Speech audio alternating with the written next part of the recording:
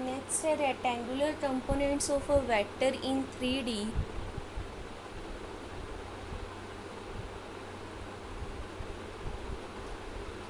Of a vector in 3D. अब हमें 3 directions लेनी है. सपोज कर लेते हैं x, y and z 3 given axes हैं जिनके अलाउंड हमें रिजॉल्व करना है ए वेक्टर को, राइट. तो हमने यहाँ पर एक क्यूब ड्रॉ करनी है इस ए वेक्टर को साइड लेते हुए. तो ये हमारे पास मान लो फ्रंट फेस आ रहा है इस टाइप से, और फिर हमने क्यूब बनानी है तो ये हमारे पास आ जाएगा इसका सेकंड फेस कुछ इस टाइप से. तो हमने ए वेक्टर की कंपोनेंट करने हैं तो अलोंग ए एक्स एक्सिस आ जाएगा ई एक्स. अलोंग ये एक्स एक्सिस के अलोंग जो कंपोनेंट आएगा वो आएगा from origin to this vertex. ठीक है, ये पूरा ए एक्स है, यहाँ तक नहीं लेना, यहाँ तक लेना है बिकॉज यहाँ पर जो आप फेस देख रहे हो वो यहाँ तक आ रहा है. ठीक है, तो ये आपका ए एक्स आएगा और ए वाई जाएगा यहाँ तक. तो ये आपके पास आ रहा है ए वाई और ए जेड आ जाएगा आपके पास ये वाला. फिर इनके एंगल्स पोज कर लो कि ए का ए एक्स के साथ बन रहा है एंगल अल्फ़ा और ए वाई का जो बन रहा है वो है बीटा और जो ए जेड का बन रहा है वो है गामा. तो यहाँ पर भी रेजोल्यूशन सेम बेसिक होएगा कि जो आपके पास ए वेक्टर है वो इक्वल आएगा ए एक्स आई प्लस में ए वाई जे प्लस में ए जेड के, और जो आपके पास ए एक्स की वैल्यू आएगी वो क्या आएगी ए क्रॉस अल्फ़ा. ए वाई की क्या आएगी ए क्रॉस बीटा. यहाँ पे हमने डिफरेंट एंगल्स पोज किए हैं तो हमें साइन लेने की रिक्वायरमेंट नहीं है, हम डायरेक्टली क्रॉस कंपोनेंट से ही दिखा सकते हैं. और ए जेड की आ जाएगी आपके पास ए क्रॉस गामा. करके देखने तो करके देख लो. अगर आप ये वाली जो ट्रायंगल ले रहे हो तो यहाँ पर क्रॉस अल्फ़ा की वैल्यू क्या आएगी ए एक्स बाई में हाइपोटेन्यूज ए. तो ए एक्स बाई ए बनेगा आपके पास क्रॉस ऑफ अल्फ़ा. अगर आप ये वाली ट्रायंगल लोगे तो ये बनेगा ए वाई बाई में a is equal to cos beta. And similarly for gamma वो सेम ही है. मतलब जब आप एक एंगल कंसिडर कर रहे हो तब तो आपके पास प्लेन ही होएगा. तो ये आपके पास सेम वैल्यूज़ आ रही हैं ए कोस अल्फ़ा ए कोस गामा और ए कोस बीटा. तो यहाँ पर आपके पास a square is equal to आएगा a square cross square alpha plus a square cross square beta plus a square cross square gamma. यहाँ पर 3 कंपोनेंट हैं और तीनों के बीच में जो एंगल बन रहा है, जैसे हम इन दोनों का देखें ए एक्स और ए वाई का, तो आपके पास 90 बन रहा है तो कोस 90 आएगा. फर्दर इन दोनों में भी 90 आएगा कोस 90 आएगा और इन दोनों में भी 90 है तो कोस 90 आएगा. तो आपके पास सिंपली आप बोल सकते हो कि ए स्क्वायर जो आएगा वो आएगा a square cross square alpha plus a square cross square beta plus a square cross square gamma. और जो आपके पास अगर हम ए स्क्वायर कॉमन निकालें तो अंदर बन जाएगा cross square alpha plus cos square beta और साथ में आएगा क्रॉस स्क्वायर गामा. यहाँ पर भी ए स्क्वायर है, ये कैंसिल हो जाएगा. तो ये आपके पास आ रही है cos square alpha plus cos square beta plus cos square gamma is equal to 1. Means sum of squares of direction cosines of a vector is always unity. Direction cosines का सम ही यूनिटी होता है. अगर हम plane में बात करें means हमारे पास ये दोनों कंपोनेंट हैं. जैसे हमने ए का रिजोल्यूशन किया था, अगर हम इन दोनों के एंगल अलग अलग तभी सपोज कर लेते. जैसे ये हमने ए लिया, ये ए वाई है और ये हमारे पास ए एक्स है. तो ए एक्स की वैल्यू आ रही है मान लो ए क्रॉस अल्फ़ा और ए वाई की क्या आएगी ए क्रॉस बीटा. तो यहाँ पर सिर्फ प्लेन है तो यहाँ पर आपके पास आएगा a square is equal to a x square plus a y square. तो ये भी आ जाएगा ए स्क्वायर और अंदर बनेगा cross square alpha plus cos square beta. तो यहाँ पर भी ए स्क्वायर से ए स्क्वायर कैंसिल हो जाता और cos square alpha plus cos square beta is equal to आता 1. बट हमने तो कैसे किया था कि हमने एक एंगल सपोज किया था तो हमारे पास ए एक्स की वैल्यू आई थी ए कोस अल्फ़ा और ए वाई की आई थी ए साइन अल्फ़ा. तो हमारे पास ये रिलेशन हमने तब नहीं किया था. बट अगर हमारे पास सिर्फ हम कोसाइंस में रिजॉल्व कर रहे हैं, if we have only direction cosines of a vector, then sum of squares of the direction cosines of a vector is always unity. उनका सम हमेशा क्या आएगा, 1 आएगा, यूनिटी आएगा। फिर है हमारे पास position vector and displacement vector. Position vector क्या होते हैं, जो ओरिजिन से पॉइंट की पोजीशन बताते हैं। Suppose we have a point P जिसकी कोऑर्डिनेट्स हैं एक्स वाई एंड जेड, और ये जो इसका पोजीशन वेक्टर है वो है आर वेक्टर। तो आर का अगर आपको मैग्नीट्यूड निकालना हो, एक्स वाई जेड कंपोनेंट का मतलब क्या है कि इसका जो कंपोनेंट अलोंग एक्स एक्सिस आ रहा है वो एक्स है, अलोंग वाई आ रहा है जो वो वाई है, और अलोंग जेड जो आ रहा है वो जेड है। जैसे हमने इसको ड्रॉ कर सकते हैं वही सेम क्यूब ड्रॉ करके, ये एक्स आ जाएगा, ये वाई आ जाएगा और ये जेड आ जाएगा, जैसे हमने पीछे क्यूब ड्रॉ की थी। तो आर वेक्टर का मैग्नीट्यूड आपके पास क्या आएगा, x square plus y square plus z square. Previous topic में आपके पास आया था ए का magnitude is equal to under root a x square plus a y square plus a z square. Now अगर हमें डिस्प्लेसमेंट वेक्टर निकालना हो, तो डिस्प्लेसमेंट वेक्टर के लिए हमें एक और पॉइंट पर मूव करना पड़ेगा। तो हम पी वेक्टर से मूव कर रहे हैं टू द पॉइंट क्यू जिसके कोऑर्डिनेट्स हैं x1 y1 एंड z1, और यहाँ पर उसका जो पोजीशन वेक्टर है वो मान लेते हैं r1 वेक्टर। तो ये आपके पास डिस्प्लेसमेंट वेक्टर आएगा, let this be delta r vector. तो डेल्टा आर वेक्टर की आपके पास वैल्यू क्या आएगी, फाइनल माइनस इनिशियल। फाइनल है r1 एंड इनिशियल है r, तो ये आएगा r1 वेक्टर माइनस में r वेक्टर। तो ये आ जाएगा x1 माइनस एक्स आई कैप प्लस y1 माइनस में वाई जे कैप प्लस में z1 माइनस में जेड के कैप। एंड मैग्नीट्यूड क्या आएगा डेल्टा आर का, under root of a x square means x1 minus x का स्क्वायर प्लस ए वाई का square means y1 minus y का square plus z a z square means z1 minus z का square. तो ये r vector का magnitude आ गया आपके पास। ठीक है, आपके पास applications of resolutions of vector means जब आप वेक्टर को रिजॉल्व कर रहे हो इन इट्स कंपोनेंट्स, तो उसकी क्या एप्लीकेशन है। तो फर्स्ट है working of a man is an example of resolution of vector. तो हम जब चलते हैं, तो जो हम चलते हैं, अब हमें चलना आता है, बट वो क्या है कि एक्चुअली में हम वेक्टर्स का यूज़ कर रहे हैं। एक्चुअली में हो क्या रहा है कि जैसे मान लो ये आपके पास ये ग्राउंड है और आप यहाँ से ऐसे चल रहे हो फॉरवर्ड डायरेक्शन में, तो आप क्या कर रहे हो कि यहाँ से आप अपने थंब से ग्राउंड को बैकवर्ड पुश कर रहे हो, एक बैकवर्ड फोर्स लगा रहे हो F, और इसका एंगल मान लेते हैं थीटा है। तो यहाँ पर अगर आप ग्राउंड को फोर्स दे रहे हो, ग्राउंड पर फोर्स लगा रहे हो बैकवर्ड डायरेक्शन में F, तो ग्राउंड इन रिएक्शन क्या करेगा, न्यूटन थर्ड लॉ के according equal and opposite force देगा, और इसकी अपोजिट डायरेक्शन में है तो ये आपके पास आर की डायरेक्शन आ जाएगी जो रिएक्शन दे रहा है ग्राउंड। किसको रिएक्शन दे रहे हैं, जो आप अप्लाई कर रहे हो फोर्स F इन बैकवर्ड डायरेक्शन। अब ये वाला एंगल थीटा था तो ये भी एंगल थीटा होएगा, वर्टिकली अपोजिट एंगल है। ये थीटा है तो हम आर को दो कंपोनेंट में रिजोल्व कर सकते हैं। एक आएगा आपके पास r sign theta along vertical, और ये आ जाएगा r cos theta in forward direction.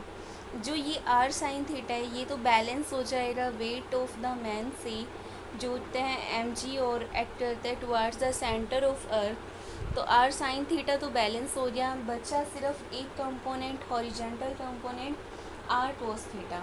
ये आर कोस थीटा हेल्प करता है मैन की टू वॉक फॉरवर्ड, और ये कंपोनेंट भी क्या किसी चीज़ से बैलेंस होता है, किससे, फोर्स ऑफ फ्रिक्शन, जैसे आपने लोअर क्लासेस में पढ़ा है। आप ये नहीं है कि थोड़ा सा भी अगर फोर्स लगा रहे हो तो आप मूव कर पाओगे। अगर आपका जो हॉरिजॉन्टल कंपोनेंट है फोर्स ऑफ फ्रिक्शन से ज़्यादा आ रहा है, सिर्फ उसी केस में आप मूव कर सकते हो। ये नहीं कि जैसे अब आपके पास मान लो कोई ऐसा ग्राउंड है कि जहाँ पर फोर्स ऑफ फ्रिक्शन ज़्यादा है, तो आपको मूव करने के लिए ज़्यादा एफर्ट करना पड़ेगा। अगर आप एफर्ट कम कर रहे हो तो आप मूव नहीं कर पाओगे। फिर नेक्स्ट एप्लीकेशन है, it is easier to pull a lawn roller than to push it. Pull का मतलब जब आप उसको खींच रहे हो तो मान लेते हैं ये रोलर है आपके पास, आप इसको पुल कर रहे हो। पुल कर रहे हो मीन्स फोर्स आप इस डायरेक्शन में अप्लाई कर रहे हो। फिर फोर्स का हॉरिजॉन्टल के साथ एंगल सपोज कर लो थीटा है, तो इससे कंपोनेंट क्या आ जाएंगे, ये एफ कॉस थीटा आ जाएगा और ये वाला क्या आ जाएगा, एफ साइन थीटा। वेट हमेशा वर्टिकली डाउनवर्ड रहेगा, towards the centre of earth रहेगा, तो ये आ जाएगा weight is equal to mg। अब इफ़ेक्टिव वेट क्या आएगा आपके पास, ये दो इक्वल एंड अपोजिट वेक्टर्स हैं, तो इफ़ेक्टिव वेट आपके पास बचेगा w माइनस में f साइन थीटा। ये आ जाएगा आपके पास effective weight of the roller. और जो ये f क्रॉस थीटा है ये हॉरिजॉन्टल कंपोनेंट है, इसी की वजह से जो रोलर है वो फॉरवर्ड डायरेक्शन में मूव करेगा जब आप उसको पुल करोगे। तो इफ़ेक्टिव वेट यहाँ पर रिड्यूस होके आ रहा है W से, मींस पुलिंग में आपका जो वेट है वो कम हो रहा है एक्चुअल वेट से। फिर अगर हम पुश का केस देखें तो ये जैसे आपके पास रोलर है, आप इसको पुश कर रहे हो, फोर्स अप्लाई कर रहे हो इन दिस डायरेक्शन, तो ये फोर्स आपकी इस डायरेक्शन में आ रही है। वेट कहाँ रहेगा, वर्टिकली डाउनवर्ड, तो ये वेट इज़ इक्वल टू जो mg आ रहा है वो वर्टिकली डाउनवर्ड आ गया। फोर्स तो दो कंपोनेंट में रिजोल्व कर लो, ये आ जाएगा आपके पास f साइन थीटा, बिकॉज हम फोर्स का थीटा मान रहे हैं तो ये भी थीटा आ जाएगा, और ये आ जाएगा f cos theta. F cos theta यहाँ पर भी आपने अब पुश करना है ना, तो ये जो आपकी रिक्वायर्ड डायरेक्शन है उस डायरेक्शन में रोलर को मूव करने में हेल्प कर रहा है। नाउ जो एफ साइन थीटा है वो वेट में ऐड हो रहा है, बिकॉज यहाँ पर वेट और जो एफ साइन थीटा है वो सेम डायरेक्शन में ऐड कर रहे हैं इस टाइम। तो जो आपके पास इफ़ेक्टिव वेट आ रहा है इन दिस केस वो आ रहा है एफ साइन थीटा प्लस में डब्ल्यू। तो यहाँ पर जो इफ़ेक्टिव वेट है वो एक्चुअल वेट में कुछ ऐड होके आ रहा है, मीन्स यहाँ पर वेट इंक्रीज कर रहा है। That's why it is easier to pull than to push, because push में वेट ज़्यादा हो रहा है एंड पुल में वेट कम हो रहा है। नेक्स्ट टॉपिक है आपके पास vector addition when vectors are in terms of rectangular components। तो रेक्टेंगुलर कंपोनेंट्स का मतलब आपको जो वेक्टर है वो सम ऑफ रेक्टेंगुलर कंपोनेंट्स के फॉर्म में गिवन है। रेक्टेंगुलर कंपोनेंट्स आपके कौन से होते हैं, एक्स वाई, वाई जेड या जेड एक्स, मीन्स कोई भी रेक्टेंगुलर प्लेन में जो दो म्यूचुअली परपेंडिकुलर वेक्टर्स होते हैं, चाहे एक्स वाई ले लो, चाहे वाई एक्स ले लो, चाहे जेड एक्स ले लो, वो आपके पास रेक्टेंगुलर कंपोनेंट्स होते हैं। तो मान लेते हैं ए और बी एक्स वाई प्लेन में गिवन है, सच दैट ए जो गिवन है वो है ए एक्स आई प्लस में ए वाई जे, और जो बी गिवन है वो गिवन है बी एक्स आई प्लस में बी वाई जे। सो जब आप वेक्टर्स को ऐड करोगे तो आपके पास जो रिजल्टेंट वेक्टर आएगा, मींस ए वेक्टर प्लस बी वेक्टर, उसमें आपने क्या करना है, एक्स को एक्स के साथ ऐड करना है एंड वाई को वाई के साथ ऐड करना है। तो ये तो आ गया आपके पास रेक्टेंगुलर कंपोनेंट्स। जब आपको सिंपल रेक्टेंगुलर कंपोनेंट्स बोलें तो आपने यही यूज़ करना है कोई भी एक प्लेन में। जब आपको गिवन हो कि वेक्टर्स हैं जो वो उसके रेक्टेंगुलर कंपोनेंट्स 3 डायमेंशन में गिवन है, तो रेक्टेंगल का मतलब वहाँ पे आपने लेना है कि परपेंडिकुलर वेक्टर्स लेनी है, बट लेने अब 3 डायमेंशन में है, मीन्स आपने उसके तीनों कंपोनेंट्स कंसिडर करने हैं, ए एक्स आई प्लस में ए वाई जे प्लस में ए जेड के, एक्स वाई जेड तीनों कंपोनेंट कंसिडर करने हैं। सिमिलरली जो सेकंड वेक्टर आएगा आपके पास उसके भी तीनों कंपोनेंट कंसिडर करने हैं, तो वो आ जाएगा बी एक्स आई बी वाई जे और बी जेड के का सम। तो यहाँ पर जो आर वेक्टर आएगा मीन्स ए वेक्टर प्लस बी वेक्टर, उसमें आपने आर एक्स कैसे निकालना है, ए एक्स प्लस बी एक्स करके, आर वाई निकालना है ए वाई प्लस में बी वाई करके, और आर जेड निकालना है ए जेड प्लस में बी जेड करके। मीन्स जो आपके पास आर आएगा वो आएगा ए एक्स प्लस में बी एक्स आई कैप प्लस में ए वाई प्लस में बी वाई जे कैप, फिर आएगा ए जेड प्लस बी जेड के कैप। तो आपने एक्स में हमेशा एक्स ऐड करना है, वाई में हमेशा वाई और जेड में हमेशा जेड। फिर आपके पास न्यूमेरिकल्स हैं। न्यूमेरिकल्स में आपको एक टाइप इसमें वो गिवन है जब आपको निकालना होगा vector parallel to some another vector. तो इसमें आपने क्या करना है, जब भी आपको पैरेलल वेक्टर निकालना हो तो आप निकालोगे जिस वेक्टर आपने पैरेलल निकालना है उस वेक्टर का आप निकाल लो unit vector. Unit vector means आपने उसकी डायरेक्शन निकाल ली, वो डायरेक्शन ऐड कर दो जिस वेक्टर को आपने पैरेलल बनाना है। तो ये आपके पास आ जाएगा vector parallel to some vector. जैसे हम इसका एग्जांपल देते हैं, आपको गिवन है if A is equal to 3i cap plus में 4j cap and be given है आपके पास 7i कैप प्लस में 24j कैप। क्वेश्चन है कि आपको निकालना है find a vector having same magnitude as b and parallel to a. तो आपने यहाँ पर अब किसकी पैरेलल निकालना है, ए की पैरेलल निकालना है। मीन्स आपको डायरेक्शन चाहिए किसकी, ए की। तो ए की direction means a unit vector निकालना है, तो वो आएगा ए वेक्टर अपॉन ए का मैग्नीट्यूड। तो ये आ जाएगा आपके पास 3i प्लस में 4j अपॉन ए का मैग्नीट्यूड, वो क्या आएगा 3 स्क्वायर प्लस में 4 स्क्वायर का रूट। तो ये आपके पास आ जाएगा 3i कैप प्लस में 4j कैप अपॉन 5।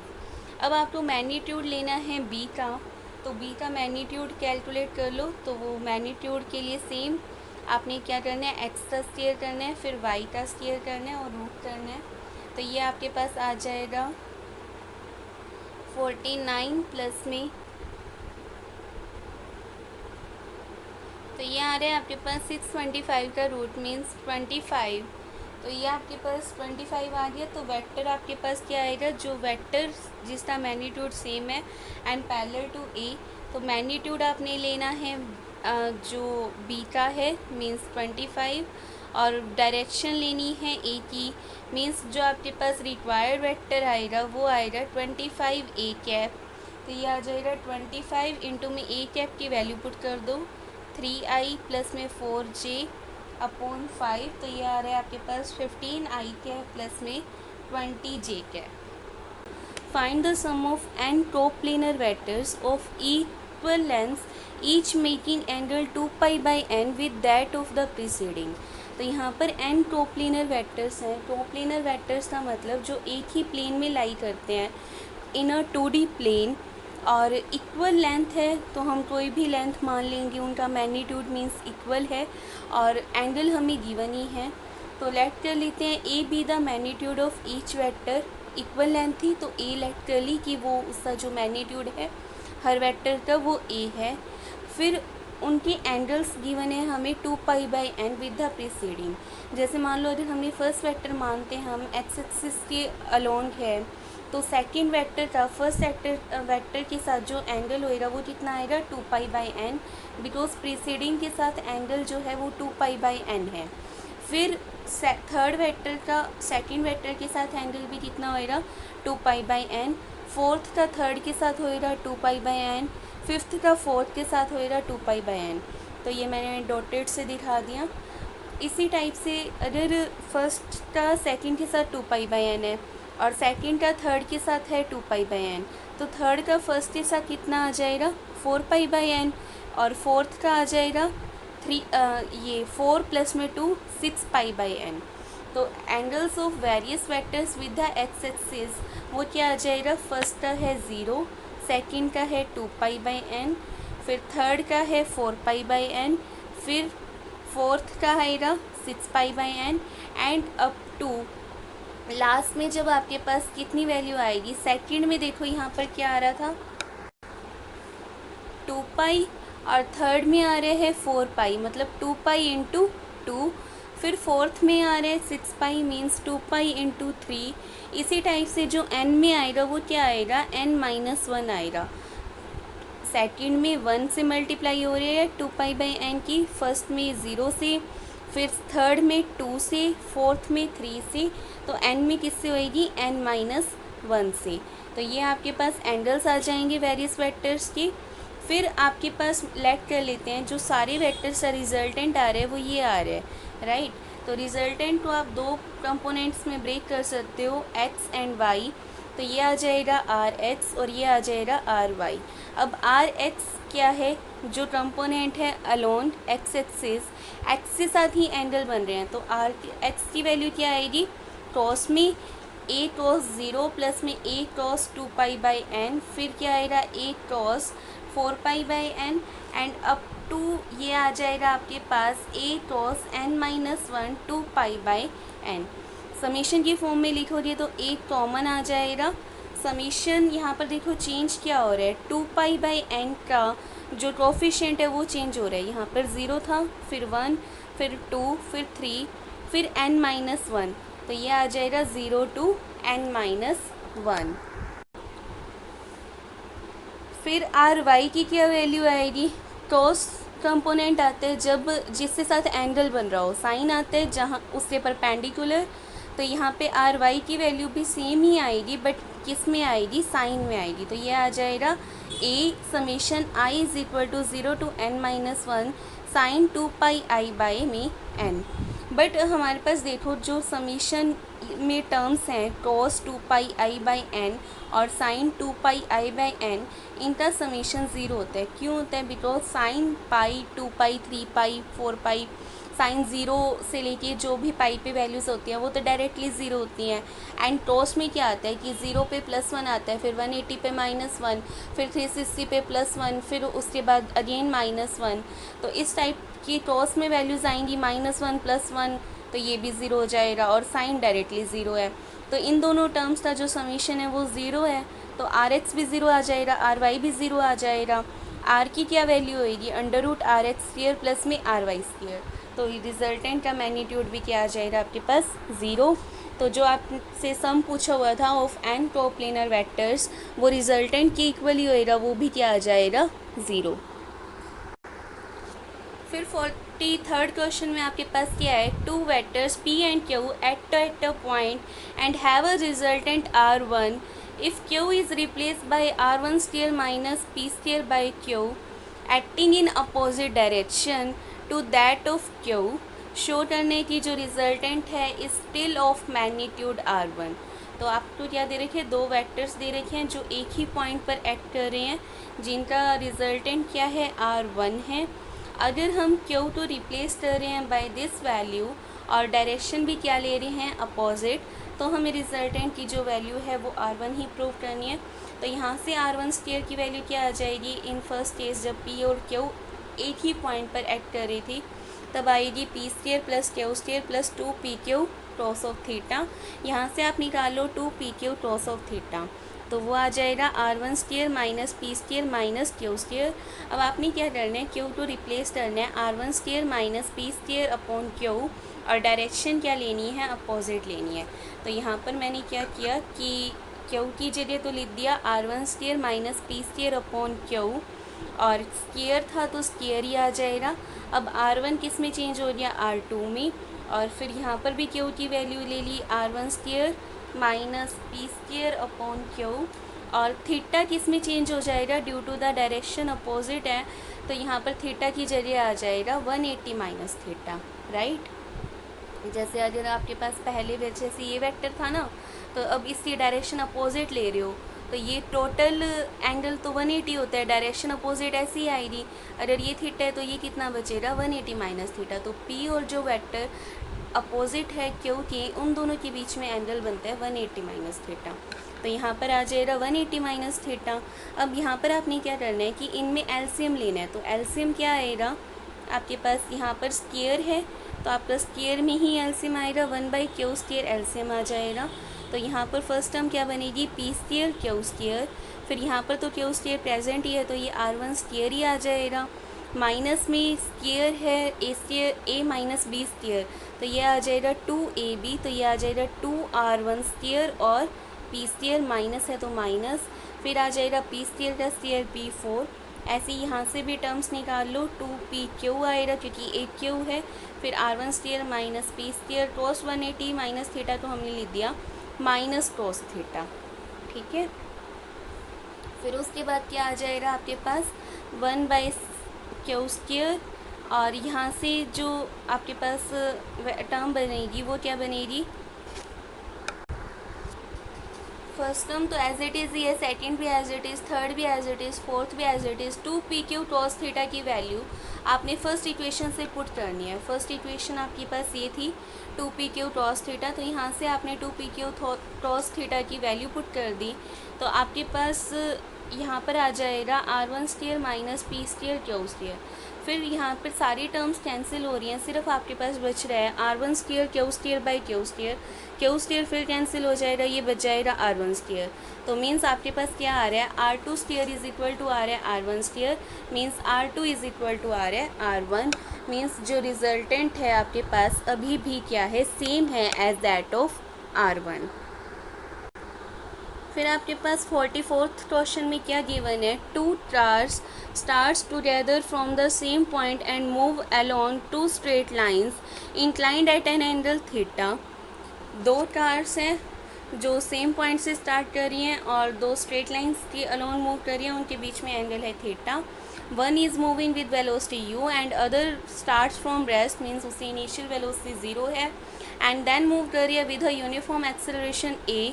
शो करने है कि least velocity between them is u sin theta and it occurs after a time t is equal to u cos theta by a। तो फर्स्ट कार मूव कर रही है with velocity u, second car move कर रही है initial velocity 0 से, rest given था, और यूनिफॉर्म एक्सेलरेशन a है तो a ले ली। तो यहाँ से आप v निकाल सकते हो, v इज इक्वल टू होता है u प्लस at, u 0 है तो ये सिंपल at आ जाएगा। रिलेटिव वेलोसिटी आपको फाइंड आउट करनी है, लीस्ट वेलोसिटी बिटवीन दैम बतानी है ना, तो रिलेटिव वेलोसिटी निकालनी है। रिलेटिव वेलोसिटी का फॉर्मूला क्या आएगा, फर्स्ट माइनस सेकेंड की वेलोसिटी, तो ये आ जाएगा u माइनस मी v। तो माइनस तो आप ऐसे भी लिख सकते हो u plus of minus v, means resultant of u and minus v will give you V R relative velocity. तो आपने ये फिगर में शो किया u है इन और v is equal to at है, दोनों के बीच में एंगल है थीटा, बट आपको रिक्वायरमेंट क्या थी, माइनस v की, तो आपने माइनस v ड्रॉ किया, इससे एंगल थीटा है तो इससे आ जाएगा 180 माइनस थीटा। नाउ जो resultant of u and minus v है वो दे रहा आपको वी आर, तो ये आपके पास आ जाएगा वी आर।